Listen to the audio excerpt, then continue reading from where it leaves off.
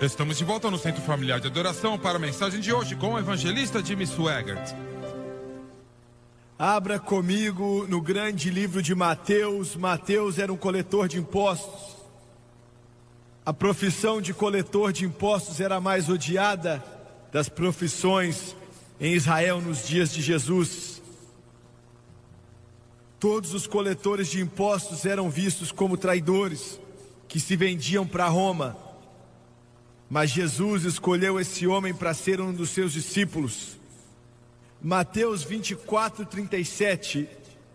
E como foi nos dias de Noé, assim será também a vinda do Filho do Homem.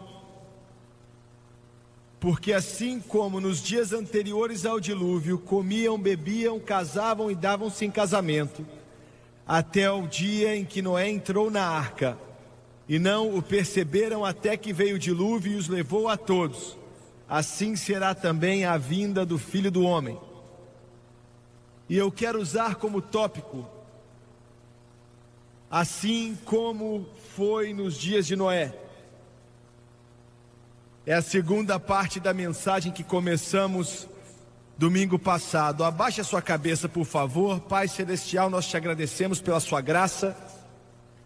Venha nos ungir para entregar, assim como o Senhor vem ungir as pessoas para receber. Nós te pedimos isso em nome de Jesus Cristo, e todos dizem amém e amém. Há alguns anos atrás eu debati um muçulmano ali na LSU. Os lugares estavam cheios com centenas de pessoas ali. E quando o debate acabou, eu estava conversando com um dos professores que ensinavam na LSU, que era muçulmano. E ele era muito bondoso, muito educado. E eu perguntei, eu disse: Senhor, há algum lugar nesse país aqui, na nação americana, que o muçulmano, se ele quiser ir à televisão e declarar a sua fé, ele é bem-vindo, ele pode fazer isso, contanto que ele pague? Então por que é que vocês não querem ser bondosos e permitir que o meu programa passe na Arábia Saudita? Porque ele era da Arábia Saudita. Então ele parou por um momento e ele disse: bem, mas essa é a nossa política. E eu disse: pode até ser, mas eu vou te dizer a razão pela qual sua política é assim. E eu fui amável com ele. Eu disse: a razão pela qual você não me permite entrar na Arábia Saudita ou em qualquer país muçulmano é porque o islamismo não pode competir com o cristianismo bíblico.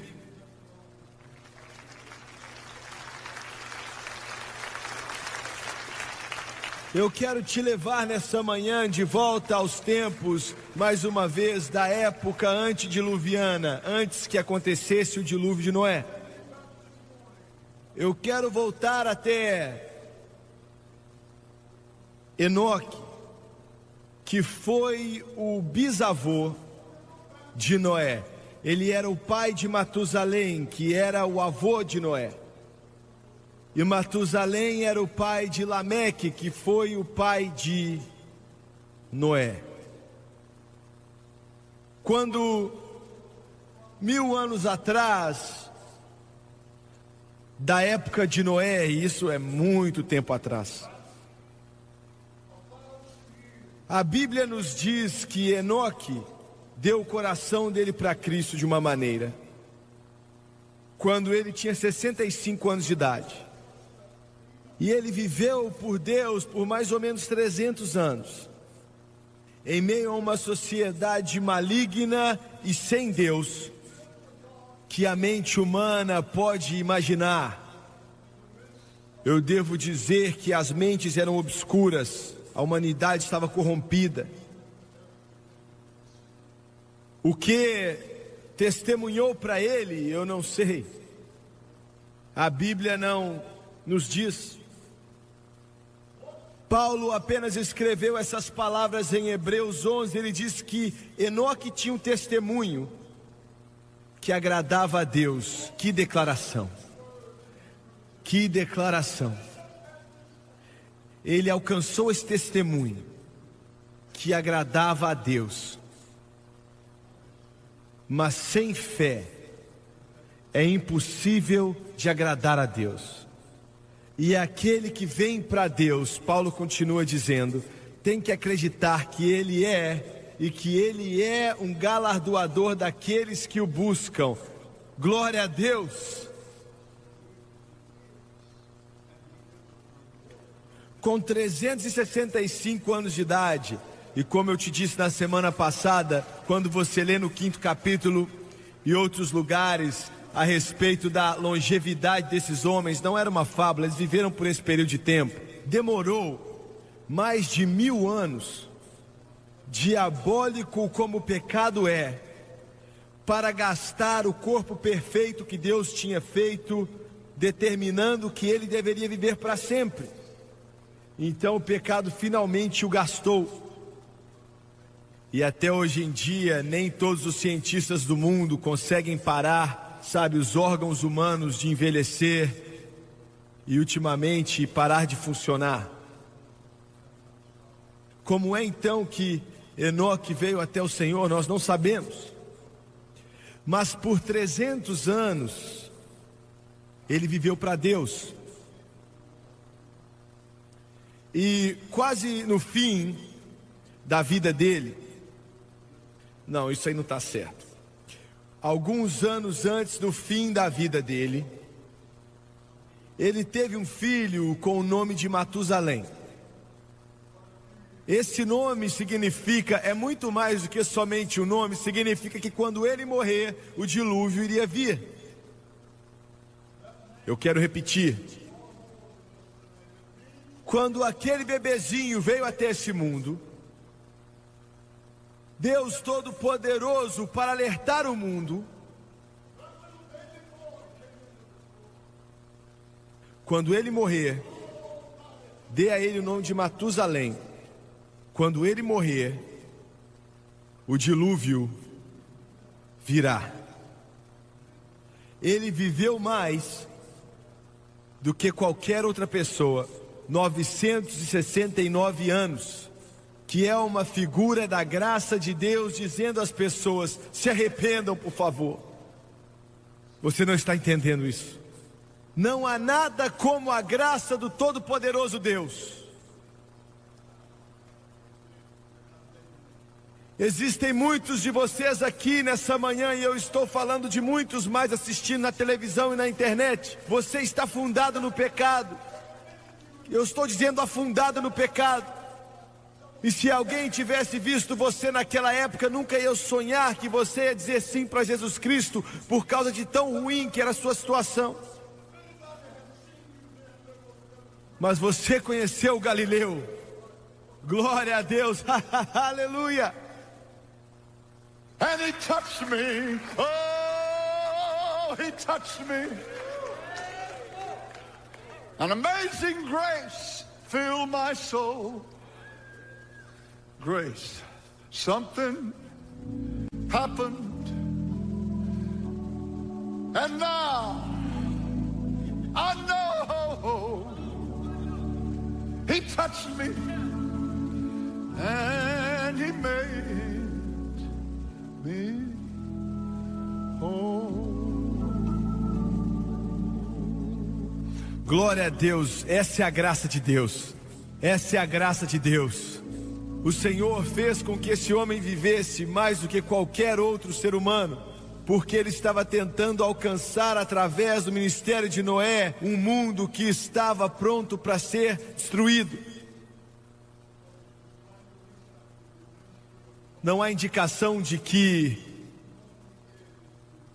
a esposa de Enoque viveu por Deus.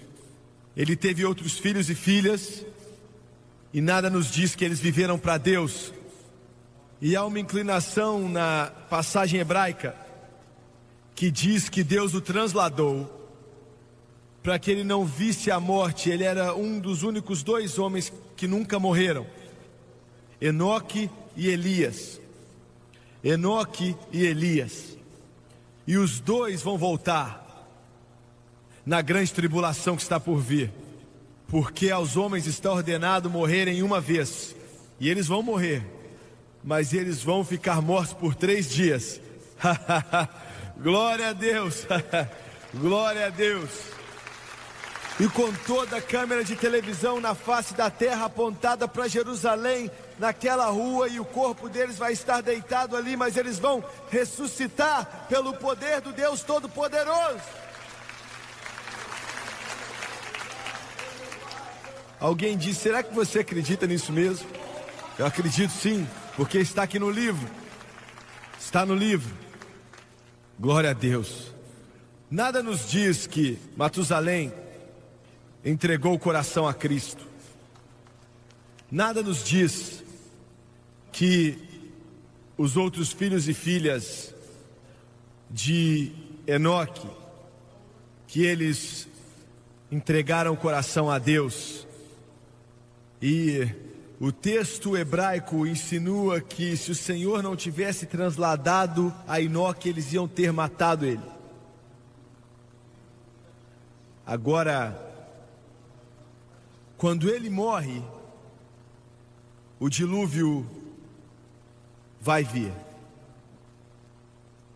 Eu não sei exatamente quando, mas em alguma hora ali, quando Noé tinha mais ou menos 500 anos de idade, Deus falou com ele exatamente como ele falou com ele, eu não sei, mas deve ter sido de uma maneira poderosa. E disse para ele: devido à maldade desse mundo, eu me arrependo de ter criado o homem, porque os seus pensamentos eram somente maus continuamente. Então eu vou enviar um dilúvio nessa terra, e eu vou tirar todo ser humano da face da terra, com exceção de você e a sua família, sua filha e os seus 3 filhos, Sem, Cão e Jafé, e as esposas deles. Agora, essa palavra foi tão poderosa que literalmente assustou a Noé, e ele não pôde falar nada. A Bíblia diz que por medo, quando Deus falou isso com ele, temor veio sobre o coração dele de pensar em algo assim. Quantas pessoas estavam naquele planeta naquela época? Provavelmente 200 a 300 milhões. E o Senhor disse: eu vou tirá-los. Eu tenho que fazer isso. Eu não tenho mais escolha. O pecado pode se tornar tão ruim, a maldade pode ficar cada vez maior, que Deus tem que remover os recipientes daquele pecado, tirá-los completamente. Vocês estão me ouvindo? Nesse momento, existem pessoas aqui, eu não sei quem você é. Eu não podia chegar até você e descobrir quem você é, eu não posso fazer isso. Mas existem pessoas aqui que você está quase no inferno. Eu quero que você escute e pense nisso. Um batimento cardíaco de distância do inferno eterno. E não é um lugar ou uma prisão que uma pessoa vai ficar ali somente por algum tempo e depois ser liberto. Isso é para sempre.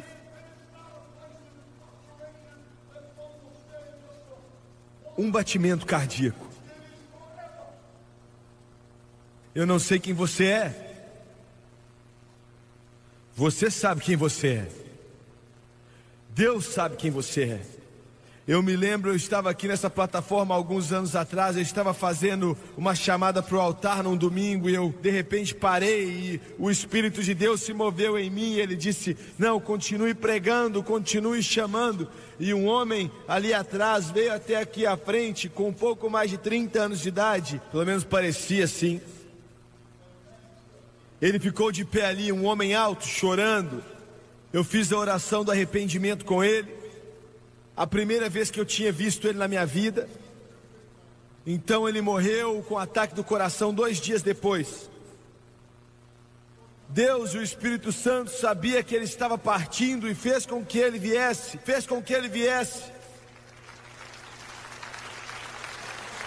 Graças a Deus, porque naquela manhã eu estava chamando pessoas para o altar, e glória a Deus por poder escutar a voz do Espírito Santo que diz: continue pregando. Porque Deus tanto amou o mundo que deu o seu único filho para que qualquer um que acredite nele não pereça, mas tenha vida eterna. E quando Deus falou com Noé e disse: você construa uma arca, e você tome 2 animais de cada espécie, 7 dos animais limpos, como o cordeiro, a cabra, e eu vou prepará-los para entrar na arca.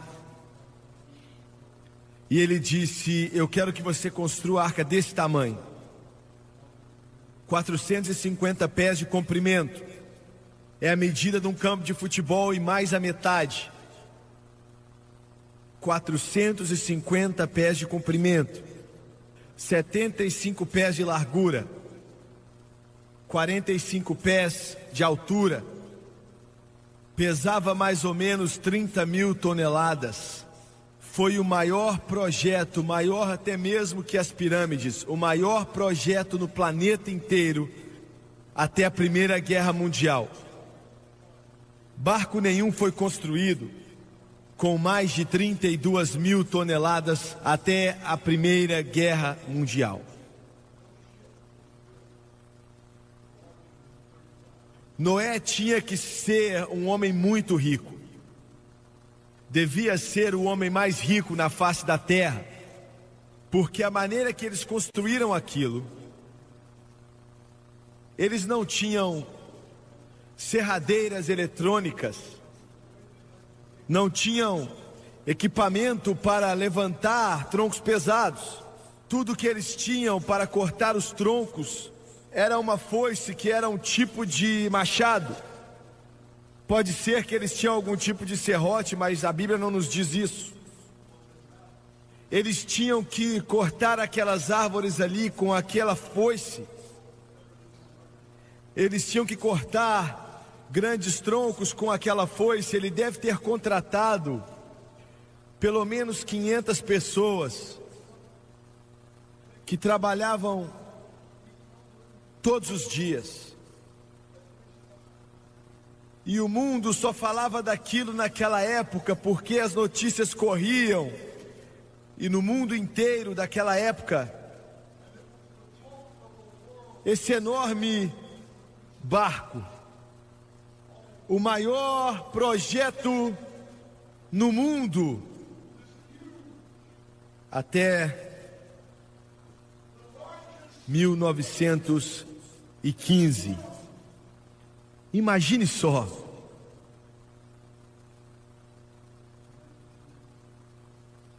Nos dias de hoje, contando a inflação do dólar, mais de 2 bilhões de dólares em mão de obra para construir aquela arca. Quanto tempo demorou? Eu sei que algumas pessoas dizem que é 150 anos. Não, a Bíblia não diz isso. Mas chega perto de 100 anos, eu sei disso. Porque a Bíblia diz que 500 anos de idade, mais ou menos naquela idade, 510, 520, foi quando Deus falou com Noé. E com 600 anos de idade, a chuva começou a cair. O que aconteceu com aqueles homens que ajudaram Noé a construir essa arca? Pense nisso. Deixa eu te dizer, os músicos que tocam aqui, os cantores que cantam aqui, os pregadores que sentam ali na plataforma, é possível estar tão perto e ainda tão distante. Não é só porque você está envolvido naquilo que é chamado de obra de Deus que tudo está bem. Aqueles homens, não sei quantos foram, não é porque eles ajudaram Noé a construir aquela arca e trabalhavam todos os dias, não significa que teve nada a ver com a salvação deles. Você está me escutando? Você não é um cristão somente porque você vive nos Estados Unidos. Você não é um cristão somente porque você tem uma Bíblia na sua casa. Eu vou falar mais ainda. Você não é um cristão somente porque você é membro de uma igreja.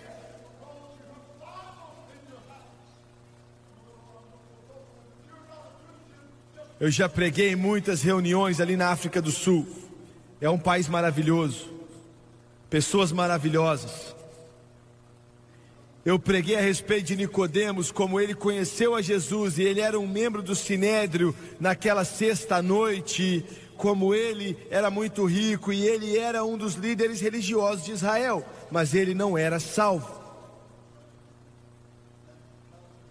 Ele disse: Senhor, ninguém pode fazer esses milagres que você está fazendo a não ser que Deus esteja com ele. Ele estava certo. Jesus o ignorou e disse: a não ser que você nasça de novo, você nunca vai nem ver o reino de Deus. E pelo que nós sabemos, Nicodemos realmente foi salvo. Glória a Deus. Eu quero repetir, existem milhões de vocês, milhões que pensam que são salvos. Vocês se declaram ser salvos, vocês se chamam de salvos porque vocês fazem parte de uma igreja. Mas ser membro de uma igreja não quer dizer que você é salvo, assim como estar em uma garagem não quer dizer que você é um mecânico.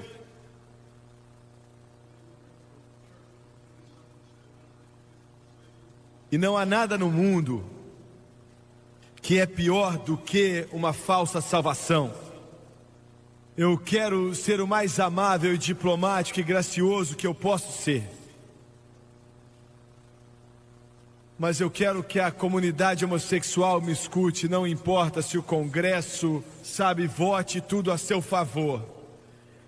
E declare que isso é somente um estilo alternativo de vida, não vai mudar nada nesse livro.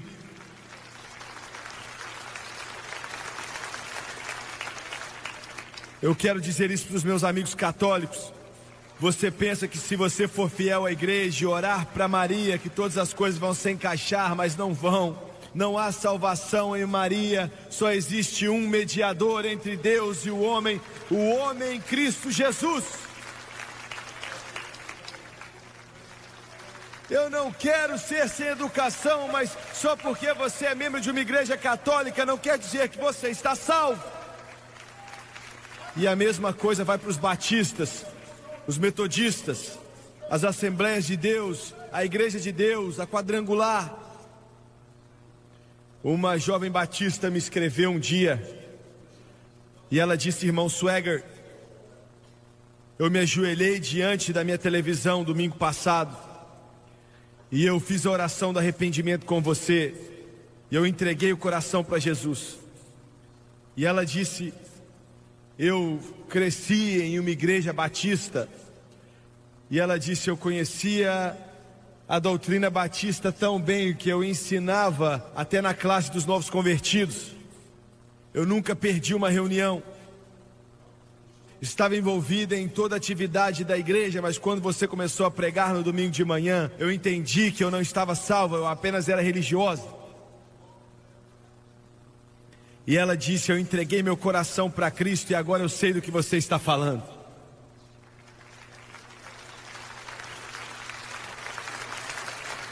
Você não é salvo somente porque você é membro do Centro Familiar de Adoração. Você não é salvo somente porque a Francis, ou Dona, ou Gabriel, já falou o seu nome aqui. É algo estranho, a salvação é algo tão simples. Porque todo aquele que invocar o nome do Senhor será salvo. Jonas estava na barriga de uma baleia. Não é possível que sua situação esteja pior do que a dele. Quando ele clamou ao Senhor, a Bíblia diz que alguém tem que glorificar nesse lugar. Glória a Deus.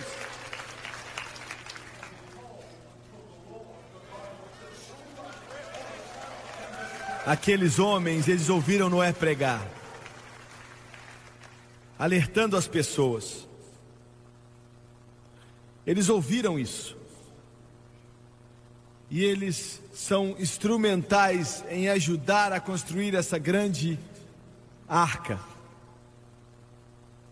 com o peso de 30.000 toneladas, 450 pés de comprimento, 75 metros de largura, 45 metros de altura.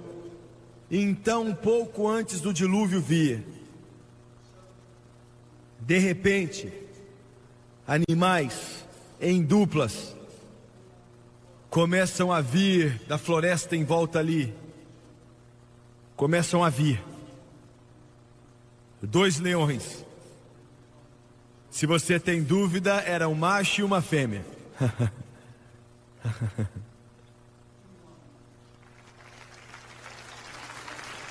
Mulheres, não conseguimos fazer nada sem vocês. Não podemos viver sem vocês. 2 elefantes chegando até ali. Eu escutei a coisa mais estúpida outro dia. A coisa mais estúpida que eu ouvi. Um homem escreveu um livro e disse que não existiam camelos domesticados na época de Abraão. Então a Bíblia não pode ser verdade quando diz que ele tinha camelos, porque os camelos não eram domesticados. Você já viu algum camelo selvagem? Eu nunca vi um camelo selvagem, eu nunca vi ninguém que já viu um camelo selvagem. Eles nascem domesticados.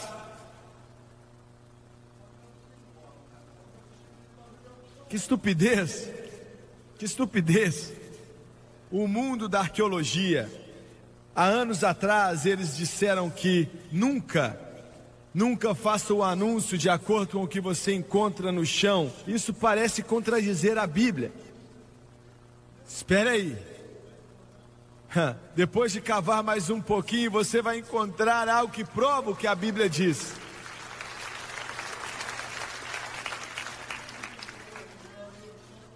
Dois tigres. 2 hipopótamos. Hipopótamos. 2. Qual é o nome daquele negócio com chifre na frente? Muito obrigado, amigo. Eles dizem que o leão é o rei da selva, mas na verdade é o rinoceronte. Eu já estive em uma reserva ambiental umas 2 ou 3 vezes ali na África do Sul, chama Kragara, do tamanho do estado de Connecticut. E em um dos lugares ali você pode alugar um pequeno chalé e ficar a noite inteira ali. Eu lembro que a primeira vez que eu fiz isso, saí ali fora 3 horas da manhã, olhei para cima e tinha milhões de estrelas que nós nunca vemos aqui nos Estados Unidos por causa da poluição. Muitas estrelas mesmo. E no restaurante tinha algo primitivo ali, mas uma grande pintura. Tinha um rinoceronte ali. E tinham 5 leões mortos, deitados ali, que aquele rinoceronte tinha matado. Aconteceu. De verdade. Matou os 5 leões que tentaram derrubá-lo. 2 desses. O leão disse, graças a Deus que foram só 2 que entraram naquela arca. Todo pássaro. Agora eu não entendi isso muito bem. Se eu fosse Deus,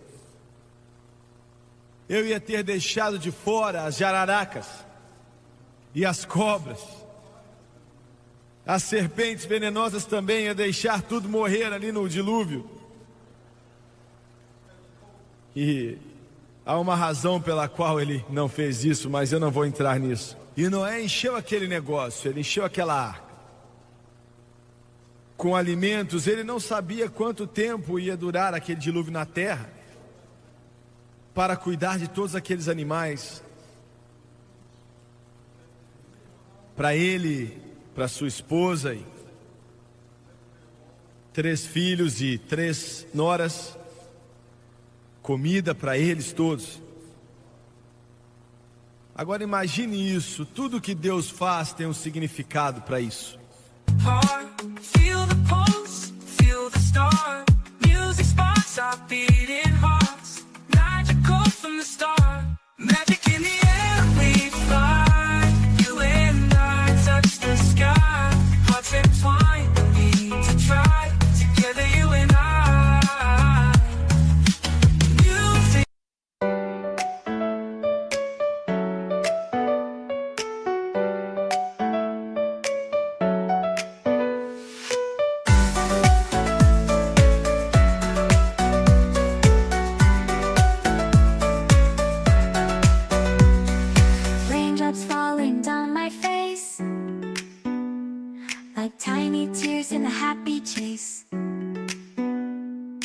hopping through the puddle sea, colors dancing wild and free. Skies are gray but I don't mind, cool raindrops on my skin I find. Kicking off my Saturday, watch the clouds just drift away. Rainbow in the rain, what a sight, colors shining oh so bright, dancing in the streets so bright, everything will be alright.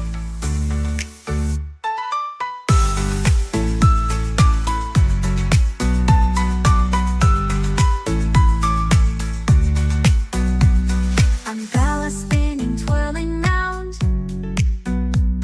a colorful halo on the ground. Music playing on the sand, skipping beats, the heart will sway. Feel the world come out to play. Lightning cracks, but don't you fear, magic shines when skies are clear. Raindrops whisper secrets true, a hidden beauty shines right through. Rainbow in the rain, what a sight, colors shining oh so bright, dancing in the streets so bright, everything will be alright. Raindrops falling soft, peeks through, rainbow magic me and you, smiling faces, hearts alight, everything will be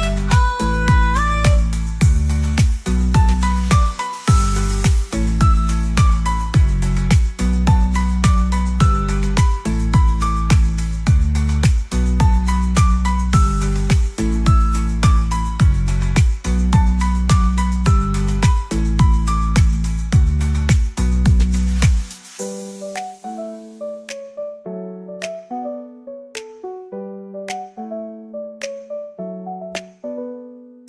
Raindrops falling, sun peeks through,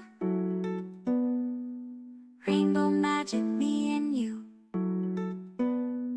smiling faces, hearts alight, everything will be alright.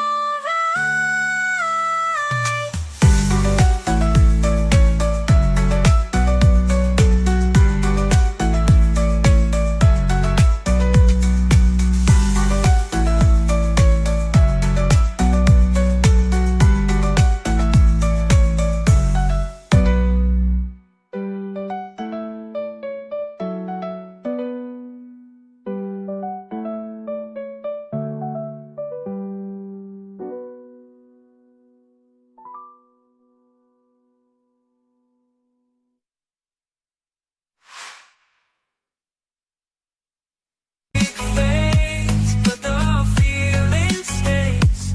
The night you remember in 1,000 ways. With you by my side, there's nothing to face. Lost in this magic, forever in a dance.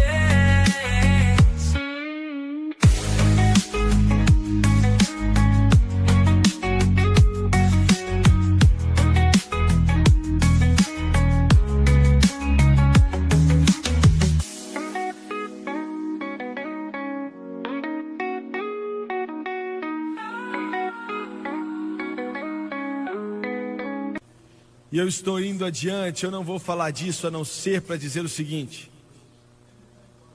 quando a Arca da Aliança, não a Arca da Aliança, era uma aliança também, mas quando a Arca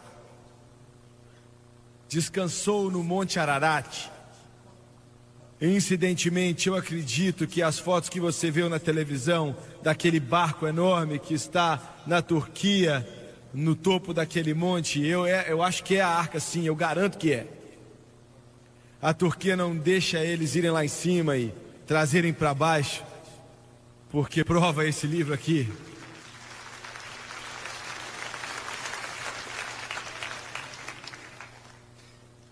Mas aquela arca descansou e ficou, deixa eu falar dessa maneira aqui, ela ficou na água por exatamente um ano inteiro, 365 dias. Então descansou no Monte Ararat, dia 17 de abril. De acordo com os eruditos, 17 de abril, que é o mês de Abib dos judeus, mas é abril para nós, dia 17. Os filhos de Israel foram libertos do cativeiro egípcio, dia 17 de abril. Jesus ressuscitou dentre os mortos, sim, dia 17 de abril. Glória! Aleluia! Eu não sei o que isso significa, mas eu sei que significa algo maravilhoso. Ele pode voltar. Eu não disse o arrebatamento. A segunda vinda pode acontecer dia 17 de abril, não sei qual é o ano. Glória a Deus. Monte Ararat, dia 17 de abril. Do Egito, dia 17 de abril. Fora da tumba, dia 17 de abril. Glória, aleluia. Agora, alguns estudantes bíblicos dizem que não choveu antes daquela data, mas choveu sim. Bem no começo, no segundo dia, provavelmente, houve um orvalho que saía do chão ali, mas a chuva começou a cair, eu acho que no terceiro dia. Isso não é o dilúvio que eu estou falando. Ficava nublado ali, chovia, com certeza chovia antes. A chuva não era algo novo ou estranho. O Senhor falou com Noé, ele pregou sua última mensagem. Eu não sei quantos estavam ali para ouvir. Eu tenho certeza que ele era motivo de piada naquele lugar. Aquele tolo Noé, dizendo que um dilúvio está por vir. Eu acho que algumas imobiliárias até falaram: olha, compre o seu lote aqui desse lado da montanha que você não tem que se preocupar com o dilúvio. Mas o Senhor disse para Noé: chegou a hora, entra tu para dentro da arca. Isso significa que Deus estava dentro daquela arca. Se ele estivesse fora da arca, ele ia ter falado assim: vá até a arca. Mas ele disse: entra tu até a arca. E a Bíblia diz que Deus fechou a porta. Eu tenho certeza de que haviam centenas de pessoas, talvez milhares, do lado de fora ali, porque eles já tinham escutado falar que Noé está dizendo que o tempo está acabando. Jesus disse: nos tempos de Noé, eles estavam comendo, bebendo, se casando e dando de casal. O que ele quis dizer com isso? Ele não quis dizer que aquilo era errado. Ele quis dizer que eram dias comuns. Eles não se importavam com o que Noé tinha para dizer. Eles não acreditavam em nada do que ele disse. Quantos de vocês acreditam que existe um inferno? Você acredita nele? Não é algo agradável, mas você acredita porque a Bíblia diz que existe. E começa a chover. Mas em uma questão de 1 hora ou 2 horas ou até menos, começa a chover tão forte que você não pode ver um palmo à sua frente. Então o subsolo se parte e as águas começam a jorrar da terra. Eles dizem que antes do dilúvio não existiam montanhas no mundo que tinham mais de 10.000 pés de altura. Mas foi o dilúvio que fez com que essas montanhas, algumas chegam a ter até 30.000 pés de altura, o Monte Everest, por aí vai. Pense nisso.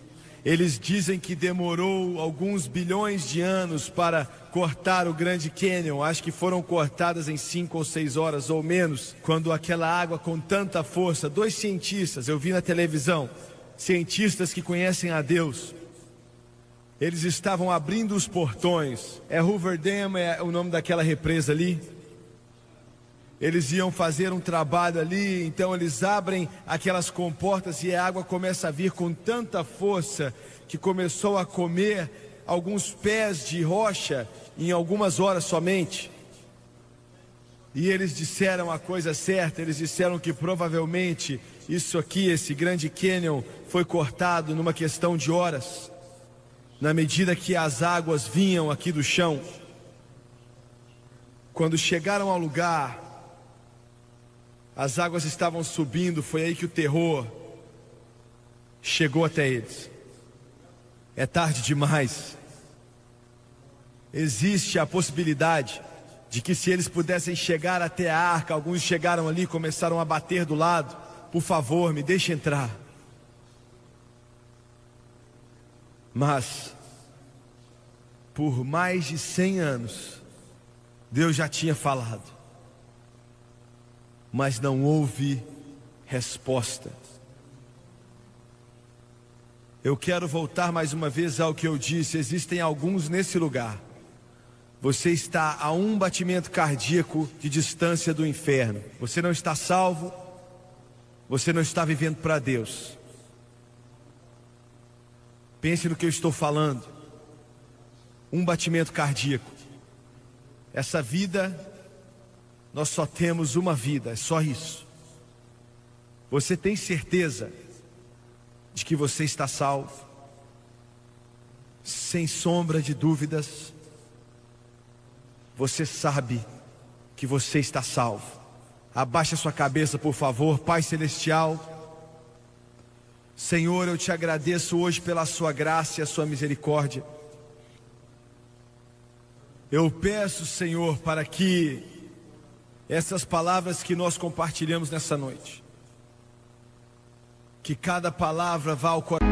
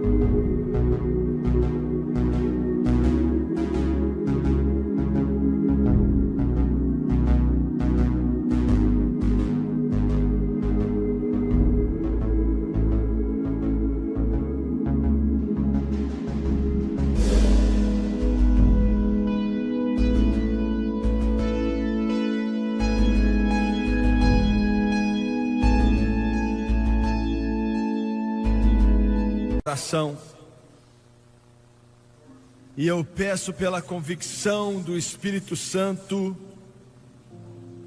que se mova em cada vida aqui, em cada coração.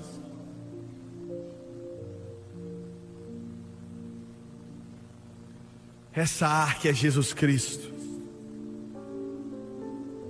E Senhor, eu estou te pedindo para que o seu Espírito venha falar com essa alma. Quantos aqui Come to mend. In the silence we transcend. Every story etched in stars leads us back to where we are. Whispers, shadows, truths unknown. In this night we're not alone. Every heartbeat, every sigh tells a tale beneath the sky. Stars and shadows blend as one. Moonlight guides the light is done. Hearts entwined and shadows cast in this moment ever lost. Oh, darkness falls and morning breaks. The connection that the starlight makes will guide us on wherever we roam. Forever carried, never alone. nesse prédio, e eu te dou a minha palavra que eu não vou envergonhar você. Você não tem certeza a respeito da sua alma, a sua salvação. Quantos aqui, através da televisão, da rádio, da internet, o julgamento está vindo. um batimento cardíaco de distância. Quantos aqui nesse prédio podem levantar as mãos e dizer: olhe por mim, eu estou vendo uma mão ali, ali está outra mão, obrigado amigo, Deus te abençoe. Quantos mais? Eu não vou te envergonhar, ali está outra mulher, eu não tenho certeza se eu estou salvo ou não.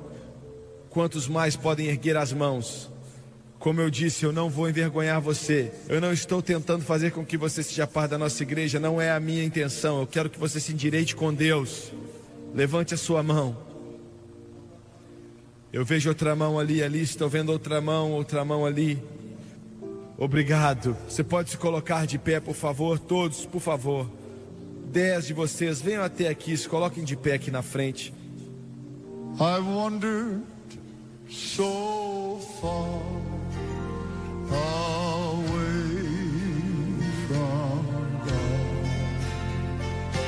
Now I'm coming home.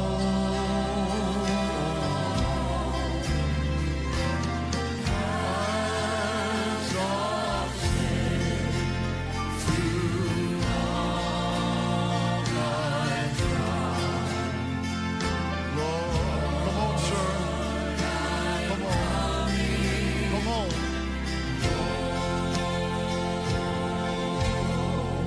Eu vou pedir você para vir até a frente. Hoje, o seu mundo pode ser transformado. Eu quero que você venha na medida que o Espírito Santo fala ao seu coração. E existe um número de pessoas aqui. Você não levantou suas mãos, mas Deus está falando ao seu coração. Você está escutando as minhas palavras porque Ele ama você. É melhor você tomar essa decisão hoje, porque hoje a Bíblia diz que é o dia da salvação. Eu quero que você venha, eu quero que você desça aqui até o altar. Como eu disse, nós não vamos te envergonhar. Você na rádio, na televisão ou na internet, você não pode vir até o altar, mas não é importante. Você vai entregar o seu coração para Cristo onde você está. Vamos cantar mais uma para o irmão Suega por um momento, por favor. Eu quero que você saiba primeiramente, isso vai para você também.